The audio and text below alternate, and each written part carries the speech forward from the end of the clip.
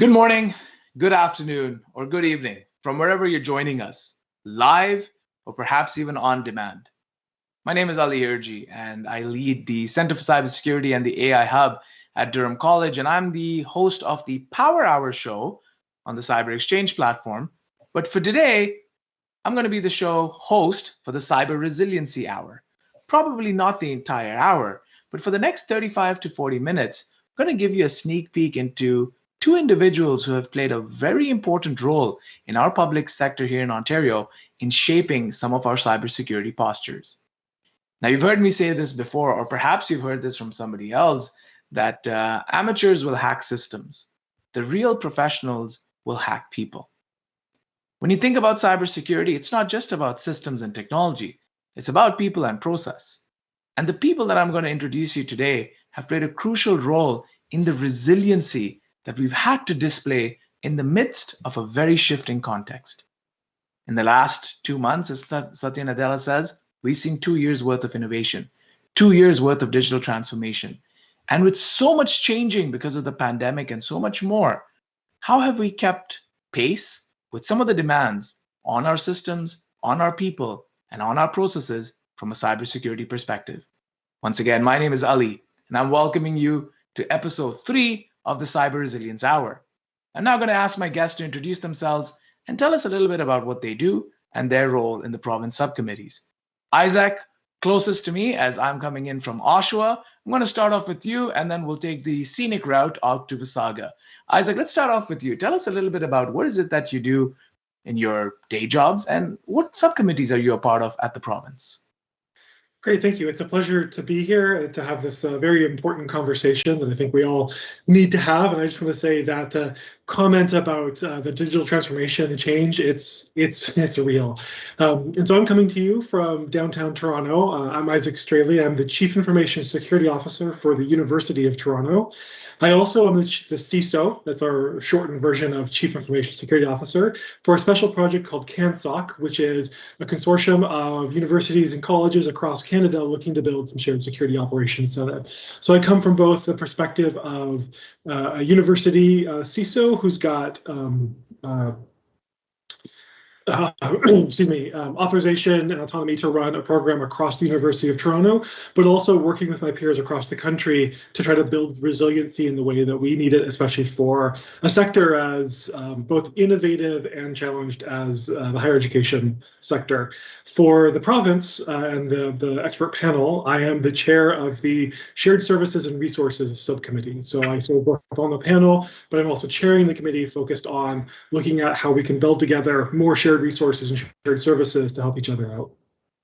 Fantastic. And I think that aspect that you mentioned about CANSOC, I know it starts with a C, but collaboration also starts with a C. And I'm really going to be interested in peering into how you've established some collaborative frameworks around cybersecurity, especially as sharing can be, or interoperability, as we say, in the digital space and cybersecurity can at times be challenging. So we'll certainly peer into that and get some words of wisdom from you. Isaac, as always, thank you. And this is my first session with you. I'm looking forward to many, many more.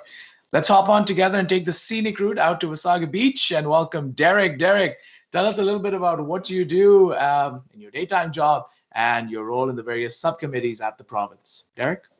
Good afternoon, Ali. So I am the Chief Information Technology Officer for the town of Wasaga Beach. I've been in this position for going on 14 years. And being invited to be part of the expert panel is very important.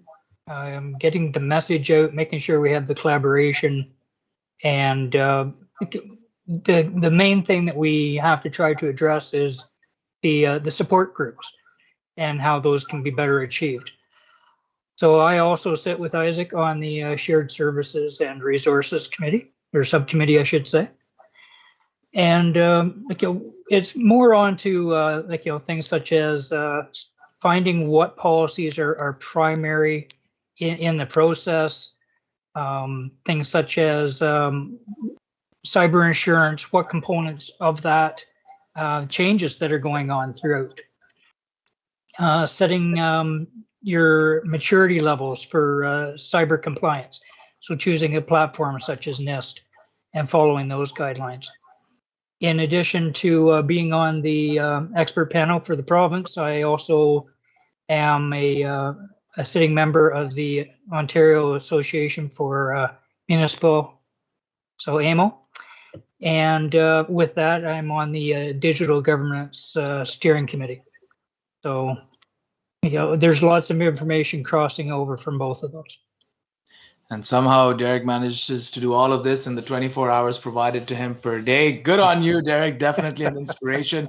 Someone who is well known in the public sector here in Ontario and has been a supporter for a very, very long time. Both Isaac and Derek, thank you for your services and your support and your willingness to collaborate and chat. Derek, you mentioned something. I took out a word with C, collaboration with Isaac. With you, Derek, you mentioned another word with C, which is change. And it is the only constant in our space. Isaac, I'll start with you and go to Derek, and we'll keep that momentum going for the next 35 minutes or so.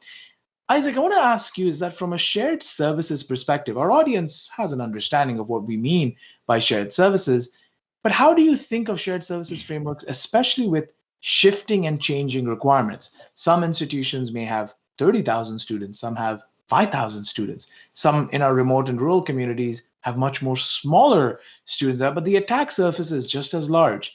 How do you take into account different needs when putting together a good shared services framework? Yeah, it's a phenomenal question, and one I think that we will answer the best we can, and we'll continue to answer. And I think the first is recognizing that it is a continual process. So I dropped another C word in there for you, right? This is, especially with technology, there is no longer a sense of one and done, or make an investment and live with that investment for a long time. It's hard to navigate. It's certainly a changing landscape from the one that we've had in the past. But I think we need to understand that there's always going to be continual improvement. But for me, one of the things with it is not only embracing that continual process, but it's also recognizing that you can do things in steps and stages that make the most sense. You don't have to get it right out of the gate. You have to make it better. You have to improve things, but you don't have to land on something that's going to be perfect. And in fact, that can actually throw you off. And the other one, and unfortunately I don't have a catchy C word to go with this one, is respect. So, even when we look about the sector I'm in, there was a large amount, as you've already identified it, a large amount of diversity in our institutions. When we look across the broader public sector, when it comes to the province, the variety that you have of existing investments, of services and functions, right? This is not about doing it one way and having everybody do it that way. Although we do look for that consistency. Maybe there is a C word there for you too. We do look for some of that consistency, but we also have to, and I certainly, and I think I speak for all of the members on the panel when I say we have a lot of respect for the individual organizations. One of the things that makes this province great is the fact that we've got different organizations fulfilling different needs for their constituents. And what we have to do is listen to those organizations and the individuals entrusted with running those organizations, what they need, listen to their constituents, and make sure that we're delivering things that provide value both to the organizations and ultimately the mission they're driving to and the people they're serving. Absolutely. And I think the key, another C word that emanates from this, and they say that you should stop while you're at the top. So this is the last C word that I will use, but I will tell you this, that it's all about communities and the kind of communities of practice that have emerged from this.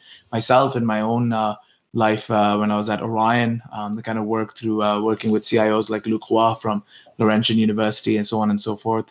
The communities of practice that emerge from this allow for a lot of intelligence sharing, allow for a lot of other ways in which you can learn some best practices and this trust and respect at the table.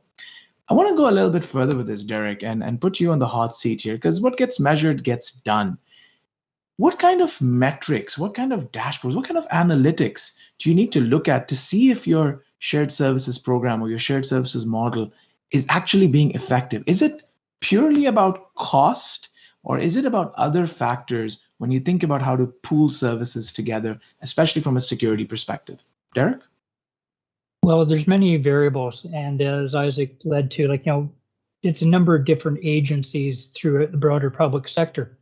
I'm in the municipal sector, and within that, we do not have the same level of sharing and collaboration, something that's being worked towards, but pretty much each municipality are finding their own solutions. So we need to find a response center for that. larger municipalities such as Toronto, Barrie, they have the means in order to achieve having a security specialist, say on their IT team. Smaller municipalities do not, so we may rely on the counties. Okay, so it all depends. Like, you have a small municipality where they may have one IT person or in some cases none, that is being done through their treasurer or somebody else that's been delegated with that task. They don't have the same level of knowledge in order to know how to safeguard their environment. So that's one of the things that we really have to look at, is how to get the groundwork in place and the foundation for them to build on, and the measures that we can create in order for the appropriate support and such, who they would reach out to. Absolutely, and I think with shared services models, one of the things that you're looking at is what you said earlier on, later on, which is support, right? It's not just about we acquired so and so endpoint detection or protection system for X amount vis-a-vis what we would have done individually. It's also about what support do you have access to, what kind of test cases, what kind of sandboxes do you have access to. I think to our audience, it's really, really important to understand that security teams don't just simply go willy-nilly and deploy solutions. There's testing that happens. There's research that happens in this as well. It's a very demanding kind of situation to be in. And with shared services, the ability to pool resources as well can make for a very, very interesting opportunity to not just pool resources from a technology perspective, but again, from a people and a process perspective. So Derek, thank you for shedding some light on that. Isaac, I want to come back to you, and I want to bring the conversation a little bit to the vendor community or the partner community. So, we often joke that, UFT just needs an airport and it can declare independence. But that aside, no institution is an island in and of itself. You do need the vendor, or quote unquote, the partner community, to provide services, to be there, and to have an opportunity to sell into this space. By doing such shared services work and creating governance and frameworks around this, how have you seen this shape the interactions with the IBMs, the AWSs, the Palo Altos, the Sentinel Ones, the Dark Races of the world? How has it shaped that relationship? Yeah, I appreciate everything about your question. I do want to note, I know it was a fun jest with U of T, but I think it's important to recognize that each of these institutions are tightly integrated into their community, and this serves not only to talk about a place like U of T and its place, right? We really work within our communities and within the partners we've got, both locally and more broadly. But it also serves to recognize why this is so important, because none of these institutions stand alone. We have to work together, not only just to do the cybersecurity goals that we want to do. None of us can do this alone, but we also need to work with our partner organizations. I think formally the answer to your question is, it's a little soon to say on the front of the broader public sector expert panel those relationships, because we need to put a little bit more recommendations out and have some more sort of clarity in terms of what the recommendations are for the province. But speaking a little bit more informally, what we see from a lot of the partners out there is they recognize that it really is a partnership. The broader public sector, and with the money that we have, and you brought this up earlier with cost. Cost is one measurement we can look at our success at, but it's not the only one, because the reality is that there is a lot of cost here. We can't get away from that. We have to spend money to not only enable the security initiatives and objectives that we need to have, but we also have to do it to make sure, we also have to spend money because we're at a deficit. We have to catch up right now. We have to do that digital transformation, but we have to do it wisely. We have to make sure every dollar counts. And so we don't have the same money as private sector, certainly when we look at the global landscape, because this is really a global issue. Like, we look as much to both Ontario and Canadian companies as much as possible, but we're becoming an interconnected and global world. And so we have to recognize that the market that we look at is a global market when it comes to some of the big players in the space. The ones you mentioned, mentioned are all global players, right? Yeah. So what we do is we present this as an opportunity to partner, not only to do good, and we do look for partners who recognize the value of public service and serving the individuals who reside. Right? This is all about people at the end of the day. Yeah. So we want to make sure that the people are taken care of, but also recognize that we have really unique test beds. And I have to be careful with that. So I'm not saying we would give, data and access freely over to partners, but we recognize we can do a lot of validation, we can do a lot of testing, we can do a lot of, sort of show what the real landscape is, because these environments we're talking about are typically ones that are or have been underprotected. They've been underrepresented in the use cases for these companies, and they don't reflect the homogeny you might see in more private industry, right? Where there's not one way of doing things in a municipality. There's not one way of doing things at a college. There's not one way of doing things at a research university. And so we can bring access to all those people. And the flip side of it is we can also show the value of these tools and services, especially if they really do provide value.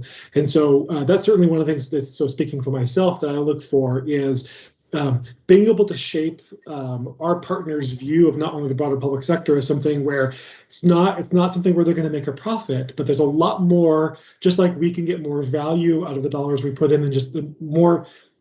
Sorry, just like we don't measure our success just on the dollars that we spend, although we're looking for the lowest spend we can. Our partners, I think we want to shift them to looking at the value they get out of relationships as being not just about the money they get out of it. Fantastic. And there were a couple of points that you mentioned about global and local practices, which I'll come back to a little bit later on, because, looking at, everything that I've heard so far, I also want to start to peer into a little bit of the talent landscape as well, given the complexities we're dealing with from a cybersecurity perspective. So Isaac, thank you for that. Momentarily, I'll take you off the hot seat and go back to Derek. And Derek, another thing that Isaac mentioned so well was on this aspect of demonstrating value. We have stakeholders that we have to show value in our different programs, whether shared services, whatever services we're rolling out from a security perspective. What do you do within your community to ensure that the wider public understands the returns on investments when you're investing in cybersecurity services and running some smart community or smart city services? How do you show that value to the wider community that may not necessarily be very technical in nature, but still are equal stakeholders at the table? Derek? In a municipality, everything is funded on the most part by the ratepayers. And so it's very important to let them know that their information is safe and secured, and that their money is being well spent in the solutions that we put in place in order to do so. This comes about through various council meetings and that, where we have update reports, and then those reports are made available to the public.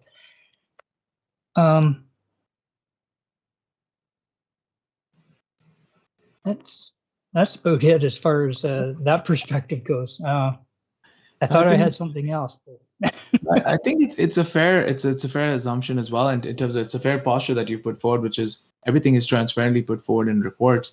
I also think that when you look at, for example, not just in Wasaga, you look at where I'm located, which is Durham region, whether it's the town of Ajax, town of Whitby, city of Oshawa, just even investing in just a couple of workshops for the community, access to different services.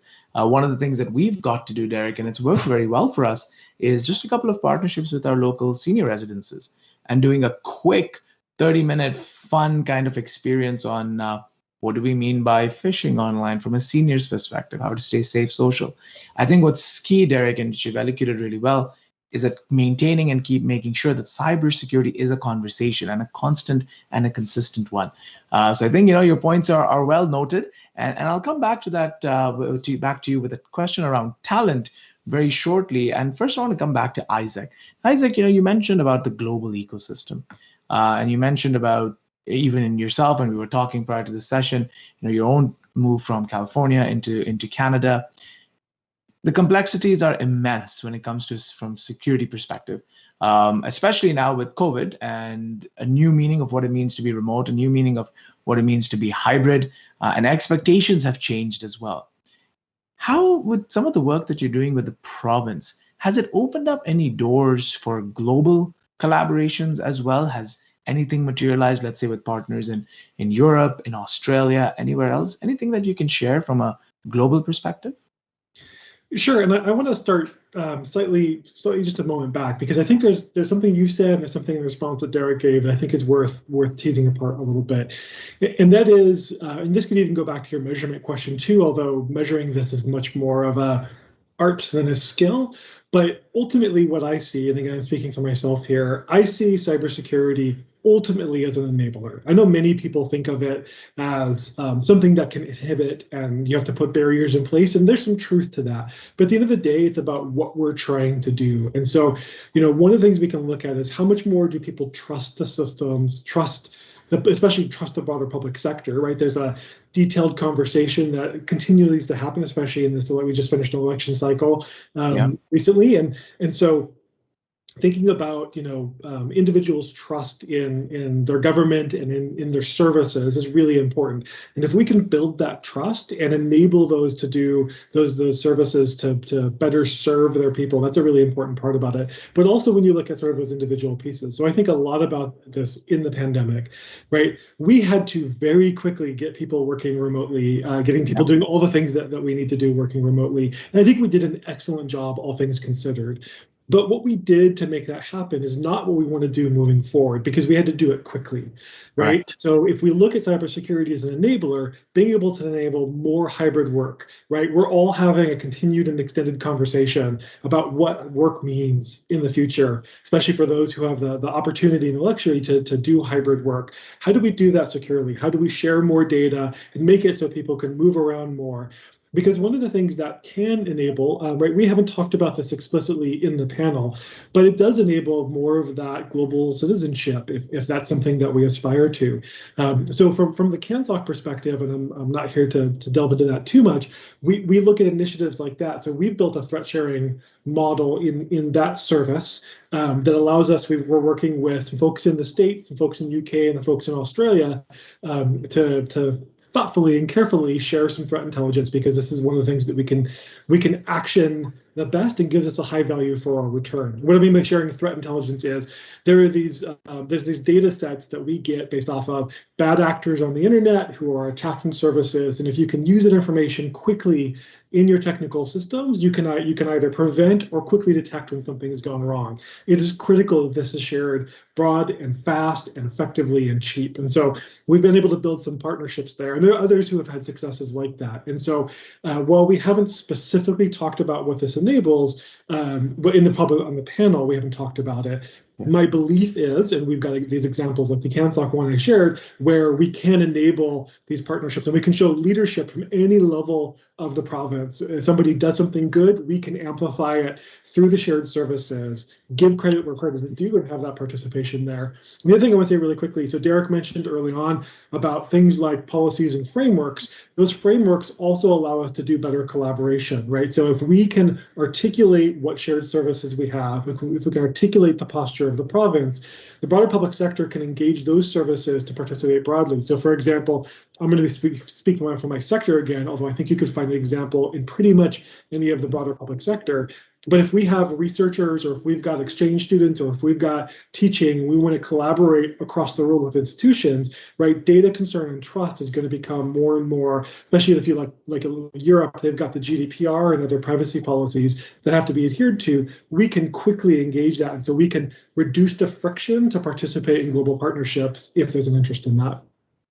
Fantastic. And I really like this idea that you mentioned around, the threat intelligence sharing models. I think it's not just about, we've had global conversations with other academic partners or other people in similar sectors. We're actually working on certain projects together. And for those that understand the threat intelligence world and threat intelligence sharing, there's so many critical pieces in that, attribution being one of them. And being able to work with fellow individuals in other communities, similar sectors, and then collaborating with the partner community, so on and so forth, makes for really robust cybersecurity practices. I will say this is that, Isaac, these kind of sharings also operate on a high level of trust, and it presents a lot of situations and a lot of controls that have to be in place from a CISO's perspective, and from a lead perspective there. So Isaac, perhaps a conversation for a later time, but understanding those controls around collaborations are also super, super important. Speaking about collaboration, speaking about different activities that we can work on, at the end of the day, as we've said before, talent is at the key of it. Often, you find people with the skill, but not necessarily the right fit. And there's a lot of items that go into that. I remember interviewing Luke Roy some time ago, and he mentioned something where, it's not finances, it's not technology that worries him. It really is when you're trying to do something innovative, you really need the right culture and the right talent at the table. Derek, let me ask you this from a talent perspective, to fulfill the needs that you have from a security perspective. How are you seeing the talent ecosystem in Ontario shaping up? Is it still seeing a lot of cybersecurity professionals gravitating towards the urban cores, or are you seeing a pretty interesting spread of cybersecurity skills in your community as well? I'd say throughout the province, we're seeing an increase in that spread. The RCMP have ramped up their NC3 division. The OPP in 2018, they had just launched their cyber investigations unit, which I've had close contact with both of those agencies. And it's just a lot of knowledge sharing amongst all investigation units with the panels. Anytime that there's an incident, trying to find out as much as you can about it, if there's a way that you can assist in order to get them through it. Coming as a victim's perspective, we were hit in 2018, and so I've been through it, and it wasn't pretty, and the landscape is constantly changing. The threat vectors are becoming more invasive. They are constantly changing with how they're attacking, what they're asking for. There's a lot of different variables that have to be taken into consideration. I would say, there's, at least a 10% increase just from the investigator's side of how much is dedicated to cyber. There's things such as fraud and other items that they're going through the digital investigations on. But, it's just constantly ramping up. And I think you can only put so much in front of this in order to stop it. The main way I feel is through awareness and proper housekeeping and maintenance procedures, and just making sure that everybody has the opportunity to, if you don't have the services yourself, how to obtain those and to reach out and share. Well said, Derek, and I really appreciate the fact that you've highlighted in a very eloquent way that cybersecurity is a very interdisciplinary field. And as you've mentioned, that the RCMP has ramped up certain units ourselves at the college with the establishment of the Center for Cybersecurity Innovation, so on and so forth. Our friends at Ryerson doing excellent work on the entrepreneurship side and the startup sides and security. I think what you're also seeing is that a lot of the talent that's coming into this space doesn't necessarily come from a technical background or from a computer science background. I've seen a lot of folks, I've seen a lot of hackathon teams, blue team, red team, have English majors there. I just interviewed a threat intelligence lead who is basically a psychologist. Very interesting to see how more people are coming to the table and have a voice at that table. I think that equity at that table and giving people that voice through some of the work that you're doing in the province as well is really, really important. So Derek, thank you for shedding perspective on that. Gentlemen, just 10 more minutes to go. And Isaac, I want to come back to you and just talk a little bit about this aspect about people and empowering people. I've always been a proponent of the fact that cybersecurity is not your or mine issue or my issue, it's our issue. And we've got to be a part of it together. How have you, through the work, let's say, and this may not necessarily relate to the subcommittees that you're a part of or chairing at the province, but just in your general work right now in different collaborations, how have you enabled or empowered users, let's say students or professors, to even report incidents, to report something that they've seen, report an email that may be fishy? How have you created that culture of sharing and reporting within your institution and amongst your peers? Yeah, great question. And it's one that I think will be one of continual improvement as well too.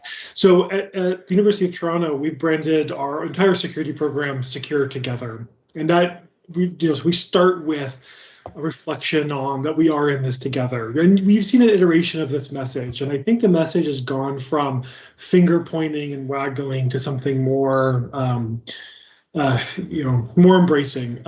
You probably heard before, I'm not saying we necessarily did this, but it's a common message like security is a shared responsibility. We all have a responsibility. I think just even in the messaging, there's a way where we can show that this is something where, not saying you're responsible for it, but that we're all in this together. So I think talking with people with respect, talking about the opportunities, I think also showing people that they are empowered to make a difference. Most people in this space will want to do something, but they find that the technical aspects arcane, they find the ability to impact minimal, and they just don't know where to start. And so I think the things like that, like what you said, is finding those areas where you can actually empower people meaningfully. Reporting is a really key one. To do that, you have to build trust.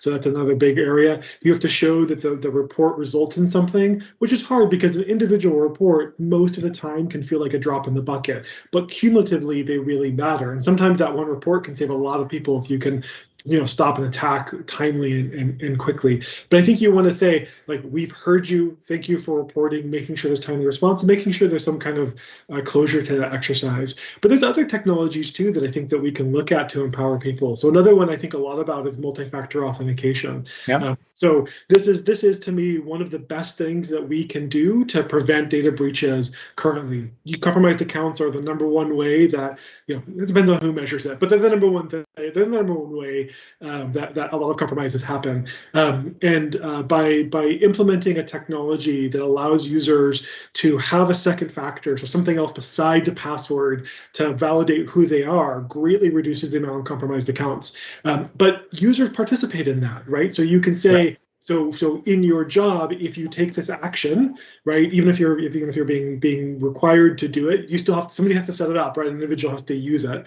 But also talking about also how it relates to their personal life, because to me, the personal and professional life, they're coming together. And so part of our messaging around our multi-factor authentication rollout at U of T is to say, also, here's where you can do it in the other services in your life. Here's how to do it on your email, on Google, and on your bank, and all of these other areas, right? And I think to sum it up, the big piece is to show people how they can make small changes in their lives that are part of the greater good.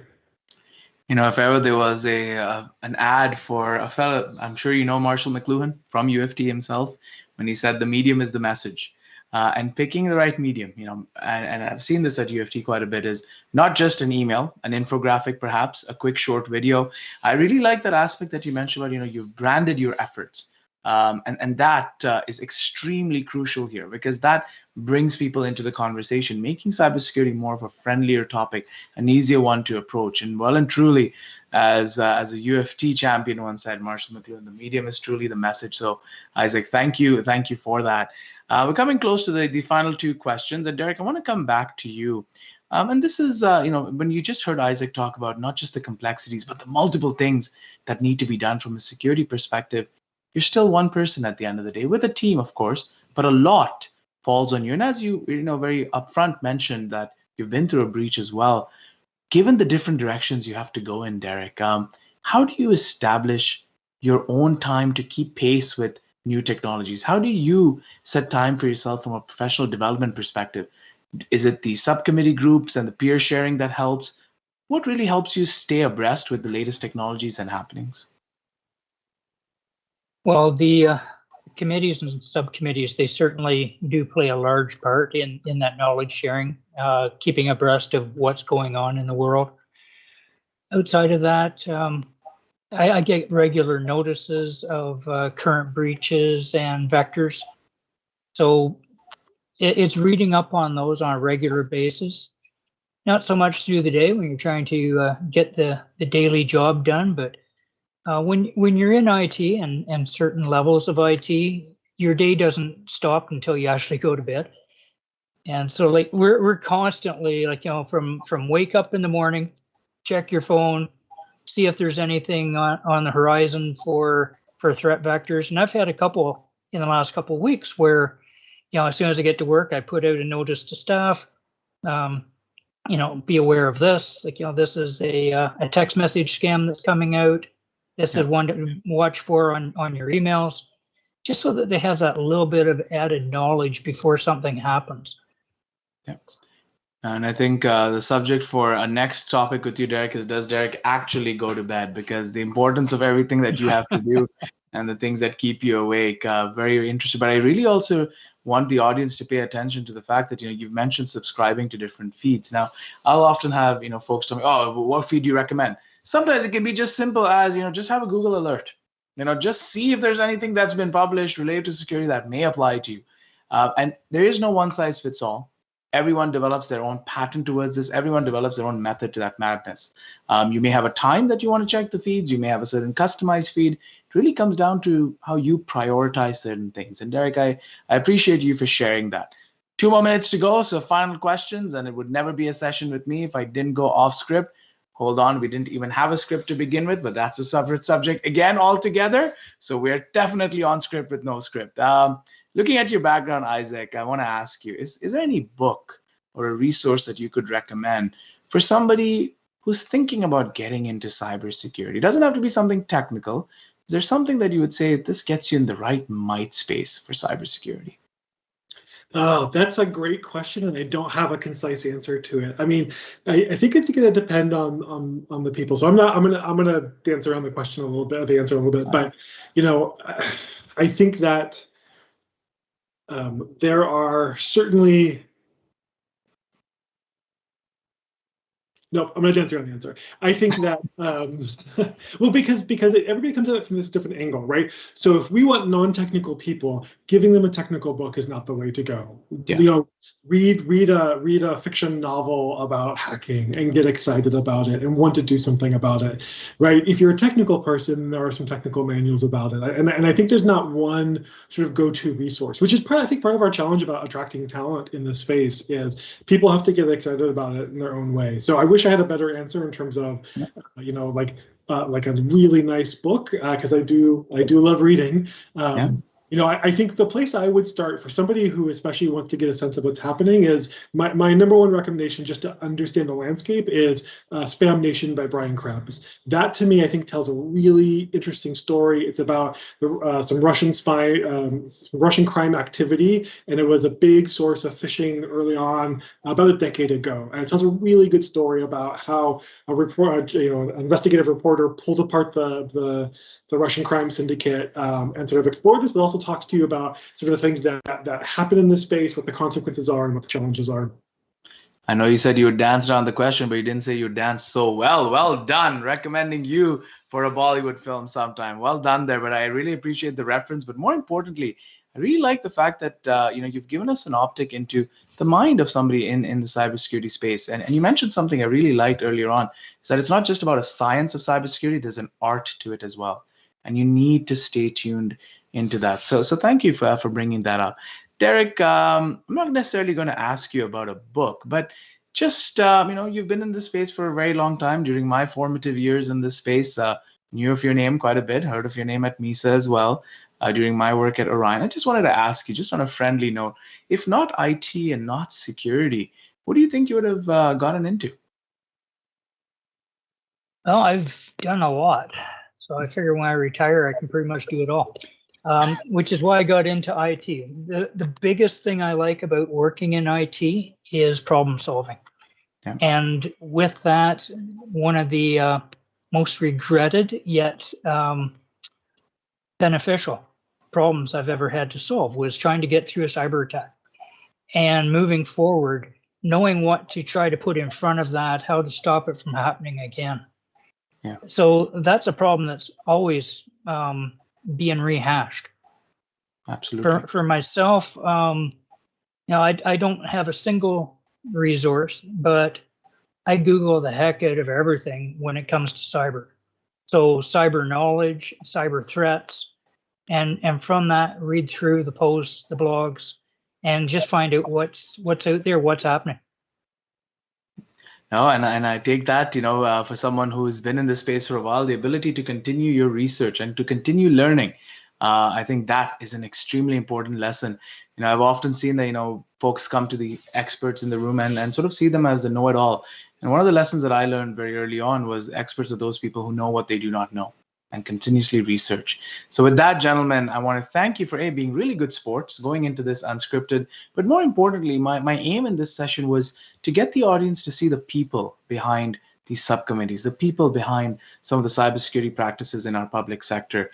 I think they not only saw your expertise, they saw your kindness, they saw your humor, and more importantly, your openness and transparency. So Isaac and Derek, thank you so much for joining us. And thank you so much for giving us a lot of your esteemed time. To our audience, I wish you all strength, safety, and more importantly, cyber safety. As October rolls around and we go into Cybersecurity Awareness Month, take some time to learn something new about the space. Take some time to practice something in the space, and take some time to engage and communicate. There's a community out there that's waiting for you and is open to more discussions and more areas of expertise and more areas of research. If there's one thing that I've learned today, was a reminder of a quote that I read in a book, and of course I don't remember the book. And the quote read, "Don't go with the flow, be your own flow." And I think that's what the two individuals here have told you. Be your own flow in cybersecurity, drive your own path, and you'll eventually see how it all comes together and how we can all collaborate very well. Thank you all for your time. Stay safe, stay healthy. This is Ali wishing you a wonderful morning, afternoon, or evening, wherever you're joining from. Cheers.